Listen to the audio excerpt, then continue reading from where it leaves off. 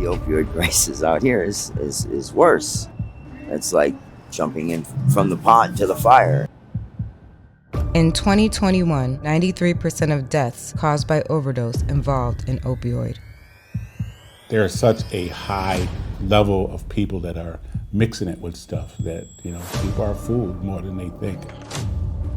When you're in the picture, you don't see the picture. Drug overdose death rates are increasing at an alarming rate among Black and brown populations compared to the non-Hispanic white population.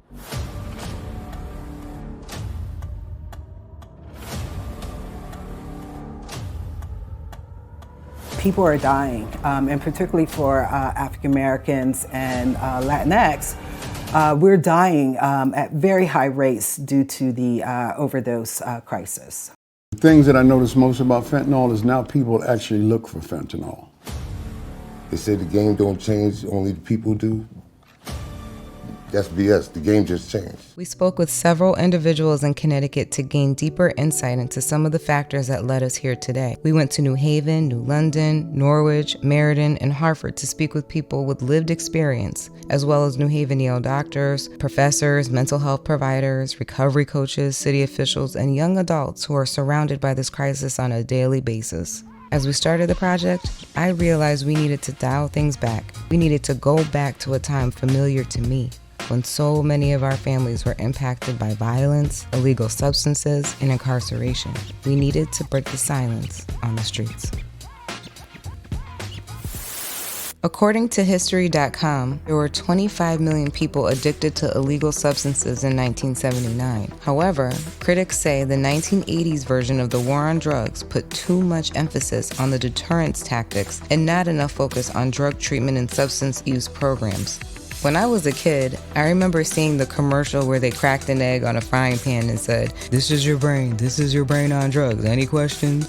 There were many anti-drug campaigns pushing to end the war on drugs, and unfortunately, many of them failed to really get to the heart of the multi-layered issues surrounding substance misuse and use disorder. We hope this documentary will move people to dig deeper because, as we've learned, blaming an individual for their addiction is unfair and frankly, inhumane.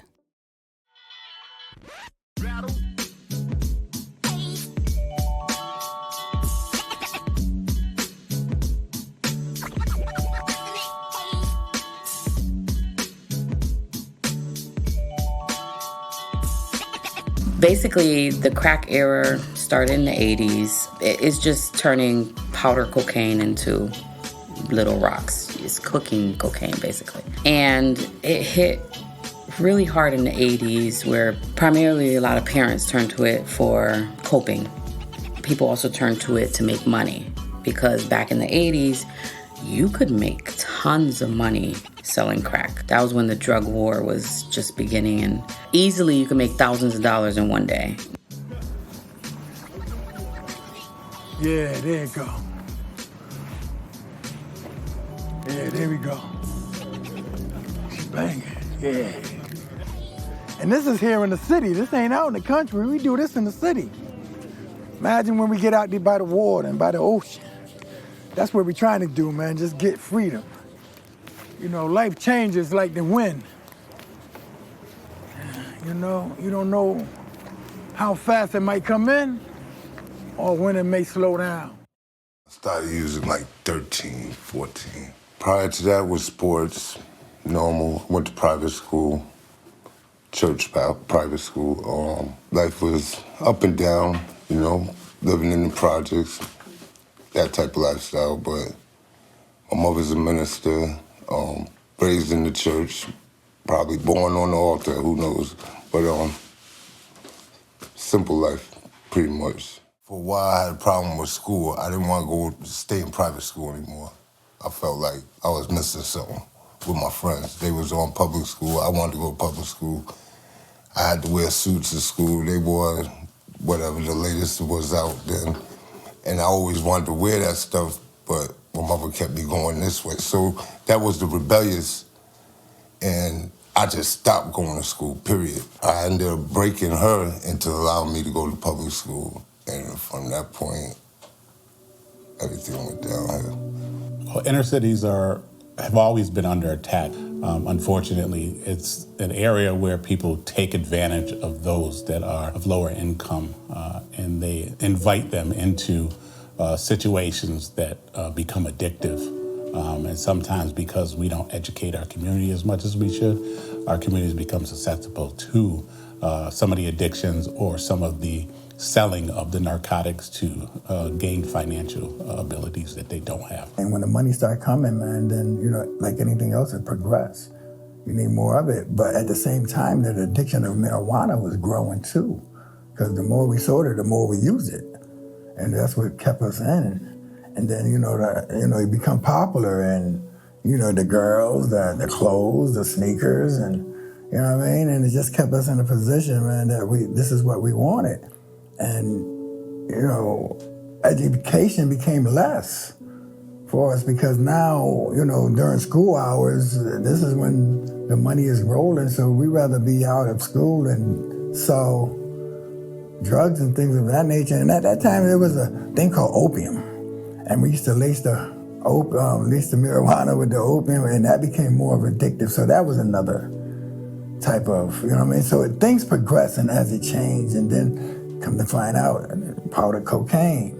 This is another, And that was with the more wealthy people that, spend a big amount of dollars. 14 to 80 years old, literally, people were smoking crack like it was nothing in the early to mid 80s. It's the lifestyle, the hustle, the bustle, the interactions. At this time, we still have gang warfare going on. I mean, during our era, there's also, there was a lot of gang violence going on during our era as well. 3 gangs in one. Yeah. And one project. So, I mean, the safety issue was there, you know what I'm saying? But at the same time, we all looked out for each other. When you're in the picture, you don't see the picture. You know what I mean? So we're just part of an environment that, that we grew in. So you become a big fish in a little pond. And that's what it's about. And, you got, racial gangs and things of that nature, and drive-by shootings all the time, fighting for territory to sell, whatever product you was working with. At this time, rap music was becoming popular. So, we hear the lifestyle in the songs, and you're dressing towards this thing. So it was just peer pressure all the way around, but it was a life of excitement. It was a life of death. Trying to protect your children, from the environments and stuff. So we just want to protect them, and realizing we protecting them with something dangerous. We use danger to protect our children, not realizing the infliction that we causing to our children's mentality and things of that nature. But this is what we knew. In terms of the crack epidemic, I grew up in Trenton, New Jersey, by way of South Carolina. So I saw the crack epidemic and how it impacted my community.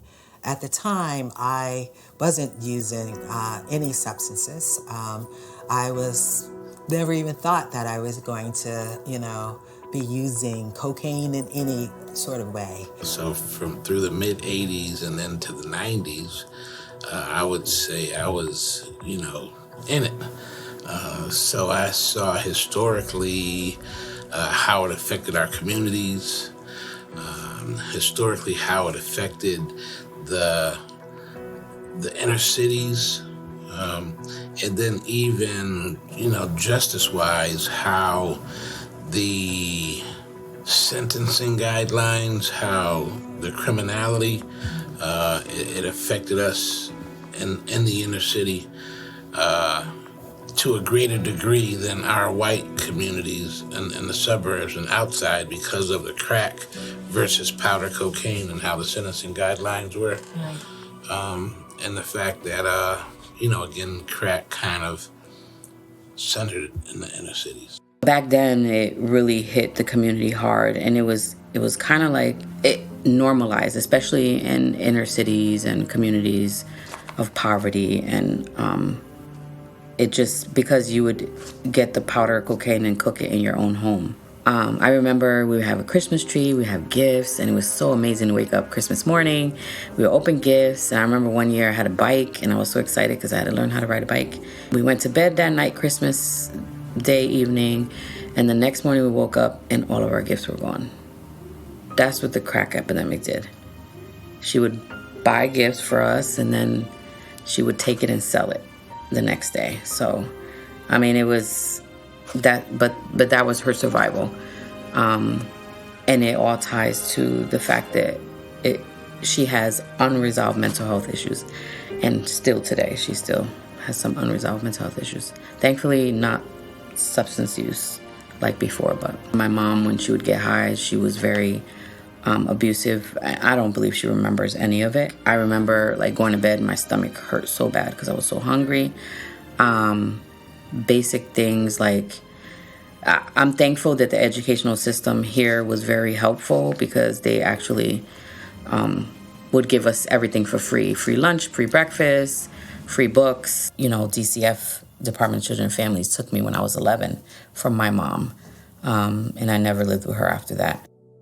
In terms of my own experiences with cocaine use, it's interesting how it happened, particularly as a Black woman who continued to go through college. And as I mentioned, dealing with experiences of mental health and substance use and not having those supports, not being able to be honest about those supports, while at the same time trying to pursue my education. But so this is where it gets really interesting for me. I always tell people that it took me to go to Ann Arbor, Michigan, where I was focusing on my PhD. That's where I first got exposed to cocaine. So I didn't even get exposed to it within my own backyard. So once I moved away from my community, that's when I actually experienced a lot of vulnerability. I didn't have my community to rely on anymore. I didn't have my church community. I didn't have my family community. Here I was in a wonderful city, Ann Arbor, and exposed for the first time because I needed to be able to cope. I was born into a life where my father was a drug dealer, my mom was a streetwalker, and cocaine and heroin was just things on the table. My mother never told me, but I was a very nosy kid when I was growing up, so I started asking questions about certain situations that I seen in certain situations that was going on in my life. And come to find out, my addiction started even before I was born. I didn't have a choice. When I first picked up, though, that was at the age of 6. I was 6 years old, thanks to a family member. You know, took an innocent kid. Most kids 6, 7 years old, where they're at, playing games, elementary, kindergarten, first grade. I was getting high with my uncles, packing bags of drugs, you know, silver platter full of drugs at the parties, and I was there catering to them. You know, so I didn't have a chance, you can say. You know what I'm saying? It was something that all I knew. That's what I grew up knowing.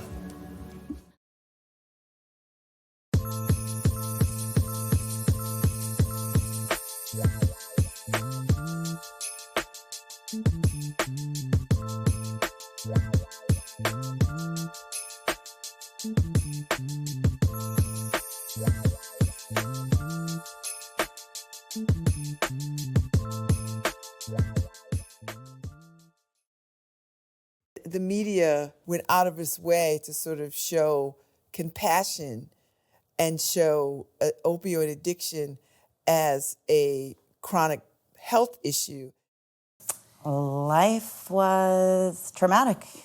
So there was a lot of abuse, there was a lot of neglect, there was a lot of drug use and alcohol in the house. So I learned not only unhealthy coping skills, right, from watching my mother use, but then also there was just so much unaddressed trauma that the moment that I was able to not feel that by substance use, I did it. My drug of choice was opioids, pills. I've been in remission for 10 years, and September 28th was 10 years. I was able to say, to my doctor, oh, I'm having these after, just making up reasons and ailments for why I needed the pills. And it was very much easy to get them, 17 years ago. It was easy. You could go to every single doctor, and they didn't have these monitoring surveillance systems as they do now, thank God for them. But at the same time, now the cut down on prescribing the safe medication has then pushed it more out into the streets. I was living in a sober house. I was literally had nothing, I was living on my food stamps and a prayer. I tried to be very aware that I have a Black son that doesn't have a father, that has a special learning disability. He has mental health diagnosis. He's got substance use on both sides, substance use disorder history on his mother and father's side. And so I'm very mindful of the school system and how it can impact him and how his community can impact him, whether in a negative way or in a positive way. We don't have an idea of what's out there when you're an addict. And I personally experience being middle class and of the skin color made it a little bit easier for me, but that is I know that is not the story. I know it is not the story for most people. And I know the places that suffer that are hit with addiction and mental illness the hardest are the ones that furthest from those resources.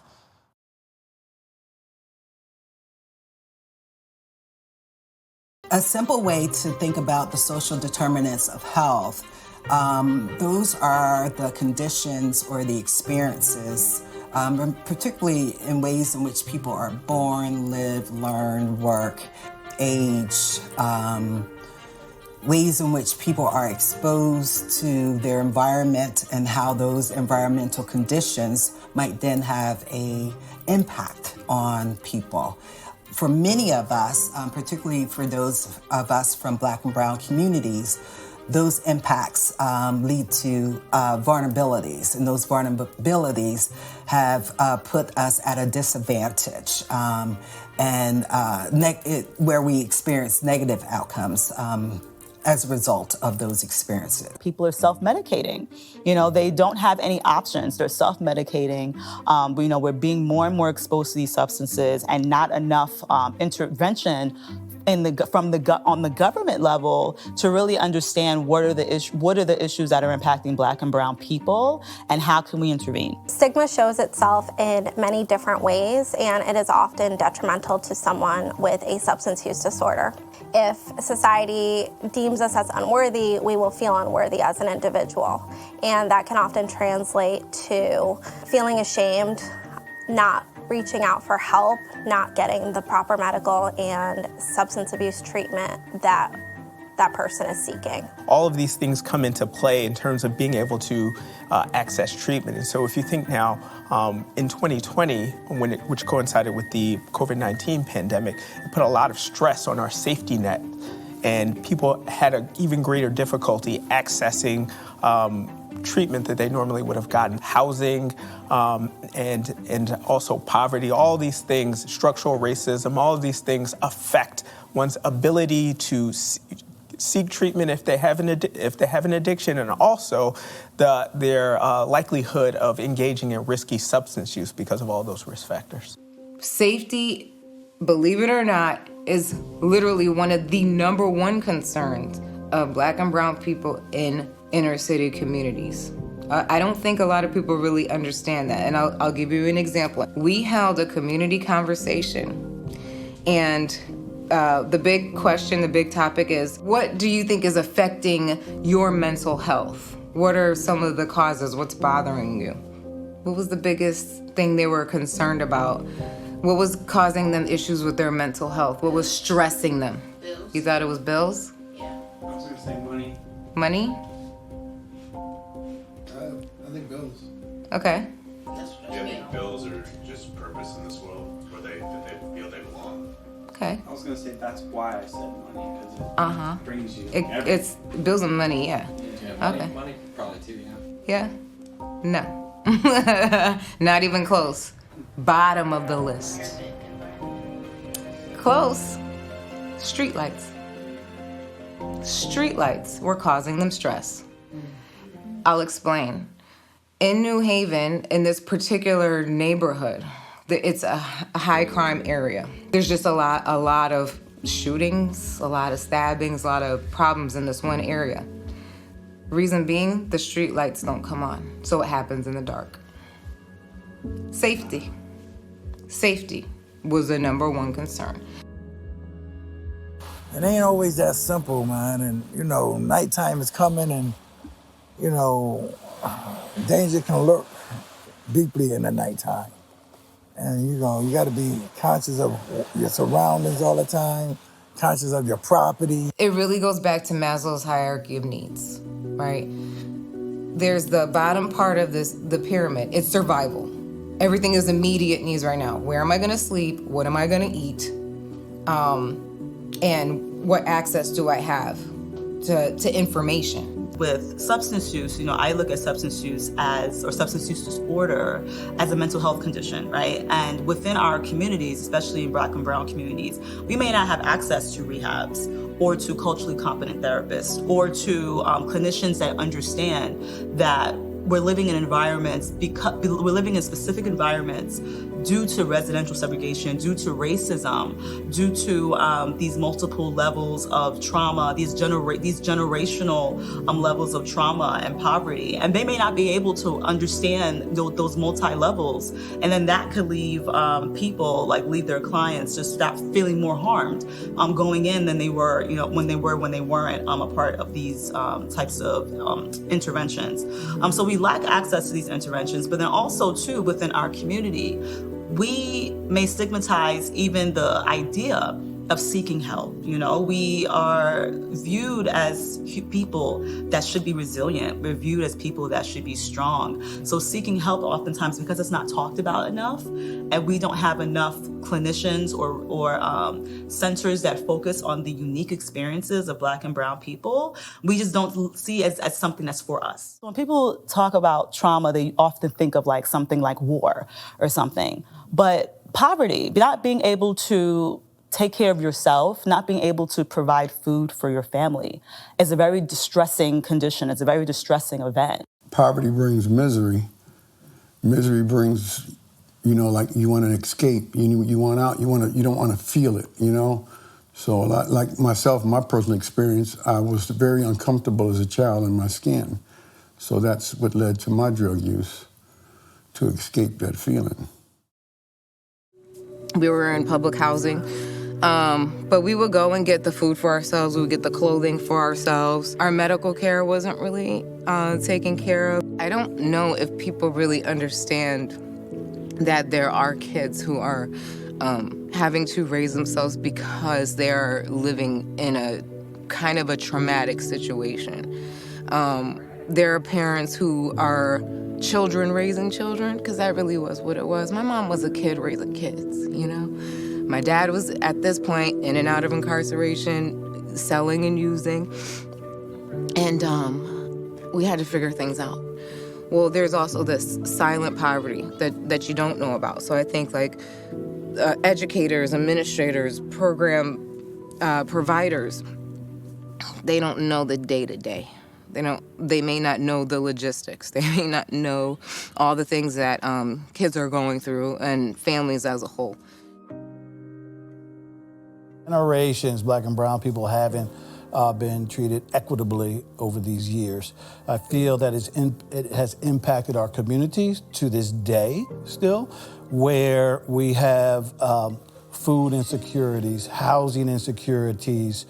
We have all types of pressures that lead to chronic stress, which then that equation equals, for some people, drug addiction, drug trafficking, in order to make money to live in a city that's being gentrified, where now you're being displaced, sort of like a modern day Trail of Tears, where what options do you have? You know, you either want to get lost with substance use issues or just the chronic stress that will hurt you. The other social discrimination that happens in our country is that, in particular, our health system is designed to think about people of color as folks maybe who don't feel pain the same way that white folks might. And so distrust builds with the community, like, I'm not gonna go get help because this person, is treating me with disregard. And also then there's a whole group of folks who just don't trust the treatment. We have impacted so many individuals with embodied trauma, from slavery to poverty, and that trauma actually gets embedded into the genetic coding of a person's body. So Native American, African American heritage all sort of have this embodied a body primed for having experienced a lot of trauma. And what that does is it can make a person's body more susceptible.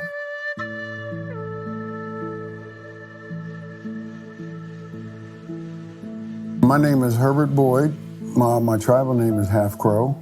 I am a recovery coach / peer support specialist for people with substance use disorders and alcohol use disorders and mental health disorders. Prior to 1992, when the casino opened, like, all the people that were part of our tribe did not live on the reservation. The reservation had almost a zero population. People migrated back after the casino opened up. So you have people that came back some came from the inner cities that were not financially well off, and then you got others that came back from wherever that were financially well off. We originally come from the East Coast to kind of get away from Minnesota. It was in the thralls of its own opioid crisis. We live almost on the reservation, within a few blocks of the Fond du Lac Ojibwe reservation. The small town and the reservation itself are just, they're flooded with opiates, with Oxycontin. Well, as you know, like any fairly recognized tribe, it's a sovereign nation that they have their self-sustaining with their own governments and everything. So they get pretty much to set, they make their laws just like out here in society makes their laws. We're accessible just like anywhere else. Not that hard for people to infiltrate. We're all family. It's one big giant family. So the stigma of it. So it's like people are in the closet with it instead of bringing it out and getting help. Like even other family members will hide it from other family members that they have a family member that's suffering from substance use disorder.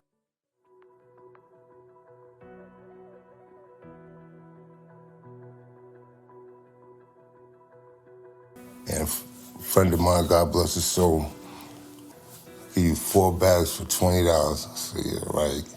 Whatever, we got it, and I sniffed one of them, and it was like a brand new day. Biggest mistake of my life. The biggest. Connecticut, unfortunately, has a pretty high overdose rate, and we're consistently, since the overdose epidemic started, been in the top 10 to 12 states that have the biggest opioid overdose issues. If you look back in history, back in 2012, when really everybody kind of puts a bright line in 2012, 2013, right in that timeline. In 2012, we had 350 about fatal overdoses in Connecticut, so mid-300s. In 2021, we had 1,534 fatal overdoses. So you're talking about, in a 10-year period, a massive explosion in the amount of fatal overdoses we had here in Connecticut. It's primarily driven by fentanyl. Our fentanyl, we have, according to the Office of Chief Medical Examiner and the Connecticut Department of Health, about 86% of all our fatal overdoses are attributed to fentanyl. Fentanyl is a very bad drug. Fentanyl is really, really, really bad. It kills a lot of people, and it comes in like all sorts of forms. That's what I heard. So a couple things I heard through our discussion earlier is, we were talking about fentanyl. Fentanyl is a very potent synthetic opioid, and what that means is it's chemical based. Heroin was a plant-based opioid, and it absorbed through the blood-brain barrier a lot slower. So that's one of the reasons why fentanyl is so dangerous, because of that quick absorption into the blood-brain barrier. It is approximately 50 to 100 times more potent than heroin. That's another reason why it's so dangerous. Fentanyl is an opioid, much like morphine or heroin. However, it's available in the hospital, but the fentanyl that people I think traditionally are speaking about and is likely causing all of the overdose deaths is manufactured in the streets or illegally manufactured. And it is the major deal about it is that it's up to 100 times more potent than morphine. Yes, and it's easily manufactured, so it's not like heroin that required a really plant-based, the opium plant, and that had to be then converted to a drug and then transported. This is very, unfortunately, easily manufactured illegally in plants, and people can make hundreds times more of it than they could of heroin and transport it, since it's a very tiny amount, since it's 100 times more potent than morphine. So much of it can be shipped from illegal labs to places throughout the U.S. It causes an unbelievable feeling of happiness, and there was a huge article about it once that depicted certain things like almost being enveloped by God, if that was what one would think of. But that only happens the first or couple of times that you use it, because our body gets used to it. These areas in the brain of emotion and pain where fentanyl goes to becomes very adaptive to it. So after the first few times, you're not feeling that anymore. You'll feel more, you could feel more nausea or drowsiness.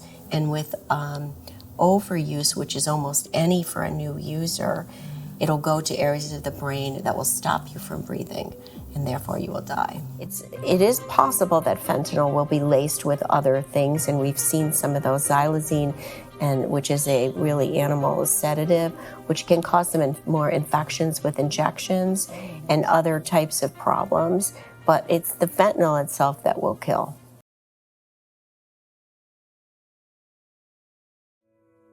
It's hard to detect. It's because it's in everything. They're pressing it into pills. We've had people smoke marijuana and have fentanyl overdose. It's in crack, it's in cocaine, it's in everything. So, and the amount that it takes for somebody to overdose is really minute. When fentanyl first came out, I was scared of it. I'm an OG, how I call it. You know what I'm saying? I'm from the streets, and heroin was my thing. But the person who introduced me to actually getting into that level of my substance, unfortunately, was my younger sister. And I'm scared for her. Not having the knowledge on what was going on as I was going on with the fentanyl, it got a little different. It wasn't about a high. It was when you sniffed it, you went to sleep. You wake up and immediately your body's saying you need it. And you do another sniff some more and you go to sleep. You don't get nothing done. I can't get out the house. Doesn't matter what you got going on, it's not happening. It doesn't lead you nowhere but death. At the beginning, it seems like it's a game. It might be fun, but all it takes is one time. The thing that really drives the fentanyl epidemic and the heroin epidemic in general is the price of fentanyl being so low. A user will say, oh, this is really good. They'll tell their friends this is really good. People hear, oh, so-and-so died because he bought this heroin or this fentanyl with this specific brand stamp. Mm-hmm. And ironically enough, and I don't know why, I'm not a student of psychology, but people are attracted to that, thinking that they can handle it. And unfortunately, as we've seen in Connecticut, a lot of people can't handle it. Fentanyl traffickers and dealers here in Connecticut and other parts of the country will do is they will sell heroin and fentanyl in glassine baggies or wax folds. And those wax folds have on them an imprint, a brand name, Ferrari, Mercedes, Audi, Nike, Adidas. They'll have just weird street names. So it will get out. And the reason why they do this is twofold. So number one is that if a product is really good, that word will get out. And that secondly, once that word gets out, that dealer selling that stamp is going to get a lot of traffic. And in his mind, he's driving higher sales to his user community. Why would someone who's selling kill off their customer base? So I don't think they're knowingly killing people, but I think we see it in heroin and fentanyl sales. We also see it in fentanyl pill sales, that there's a mixture in these mixtures that they sell. A lot of times the dealers and the people who are making the product do not know how much fentanyl is in the product. So a lot of times it's they don't know what they're doing. So and that's one of the biggest dangers with fentanyl pills, and the reason why I'm so concerned about fentanyl pill trafficking in the United States is because children are very susceptible to fentanyl pills.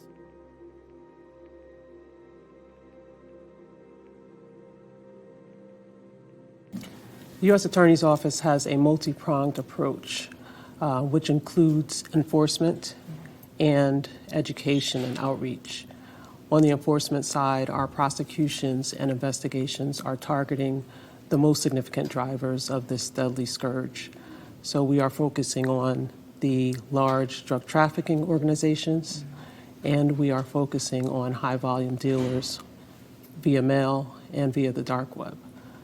With regard to our large volume drug trafficking organizations, those investigations are typically led by FBI or DEA, and they involve coordination with our state and local counterparts.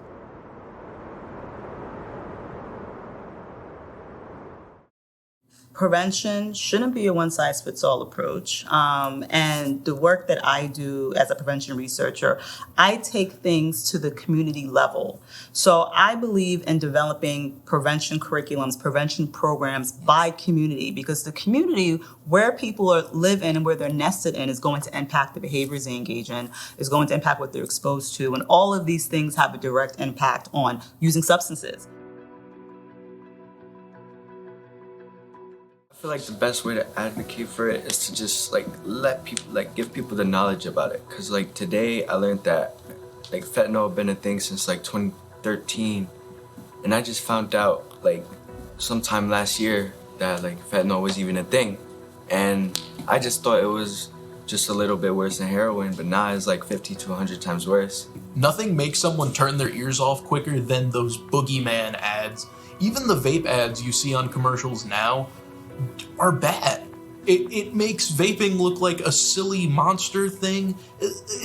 Just explain the downsides, explain what happens to you, explain what it's doing. That in and of itself is the perfect deterrent, is just learning what it does. Also, I'll say, I feel like adults shouldn't be uncomfortable to have these conversations just by everything we see on social media. Everything's different than it was 20, maybe 30 years ago. Even though we're young kids, we are dealing with adult situations. So don't try to basically push us aside oh, we're just kids. No, we're just young. We're just young.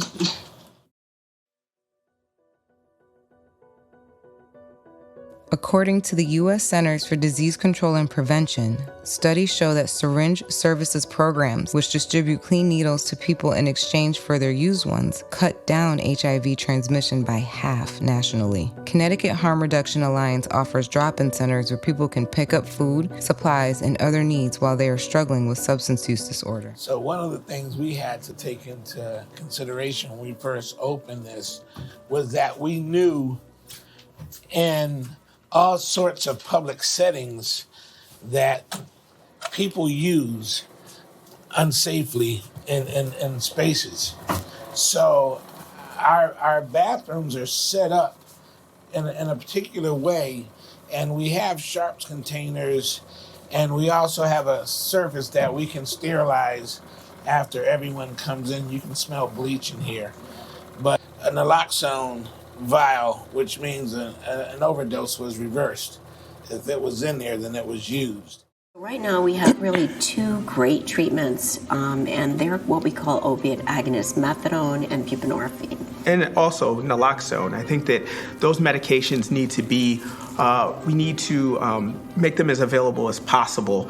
And I think within many inner cities, it becomes difficult to access treatments. And then when one does access treatment, they're typically funneled to one treatment over the other because of these social determinants of health. Almost everyone can now prescribe buprenorphine. And just recently, the laws were changed so that you don't need this excessive amount of training in order to do that. So it's easily accessible. We can prescribe it. You can go to a doctor's office, so you're not like stigmatized by standing in line with everybody else that has a disorder of some kind. And it works really well.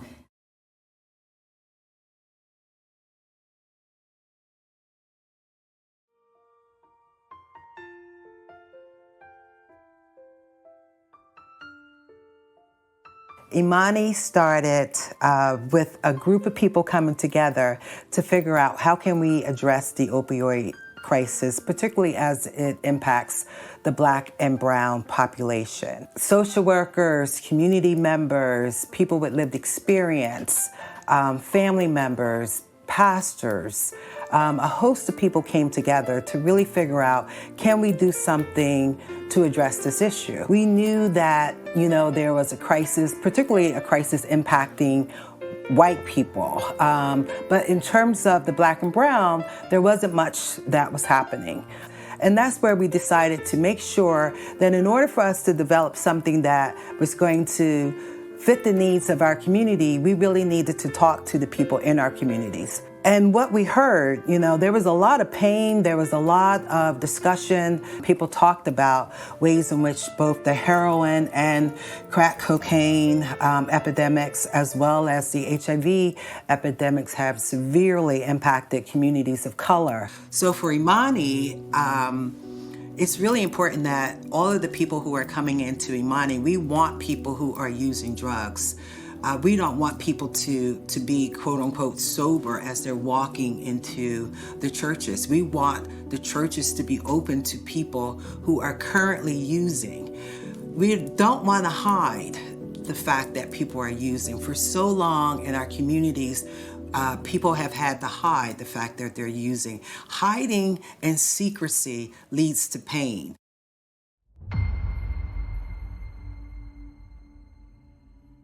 If you've never been in this kind of situation or ever been an addict, you'll never know what's really going on with us. I give you credit if you book knowledge, but you can't help me if you've never been there. Well, I'm a person in recovery myself. I'm a person in long-term recovery from alcohol. And they're just people that, the people that I work with are people that I understand. I absolutely love the people that I work with. A lot of times people don't want to, they kind of turn a blind eye to people in recovery or people that are, in active addiction. It's just, it's a wonderful thing from day to day to be able to work with people that are like me. I'm very out and open about my own experiences. I integrate all of me in all of my work. It's really, really important that I do that. I've had people say to me, you don't have to do that. You don't have to put yourself in the same camp as those people over there. And I said, those people are me. Those people are me.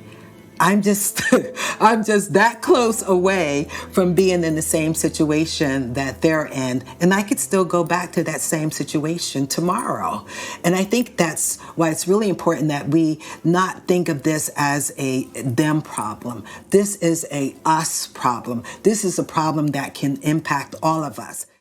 Even when it comes, to transitioning for a lot of us, man, it takes resources.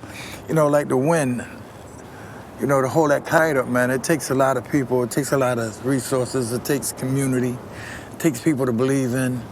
A lot of us, when I came through this transition, I went through a program and then I ended up going to a sober house, which didn't work out for me. because of the behaviors I was carrying with me. But then I reached out to the community and, I went through a shelter. I got a chance to take advantage of some of the resources such as for housing. And these resources helped me establish myself and get myself grounded. And that's why I always compare it to kite flying, man, because at some point, it takes more than just you to hold yourself up. Oh, they always used to say back in the day, man, it takes a village to raise a child. Well, it takes a community to sustain members in the community to help them realize that things is possible. It took a minute to get this kite up. But once it took hold and got a greater understanding of what the purpose was, it went up. And now it's all about maintenance and trying to keep it to stay up.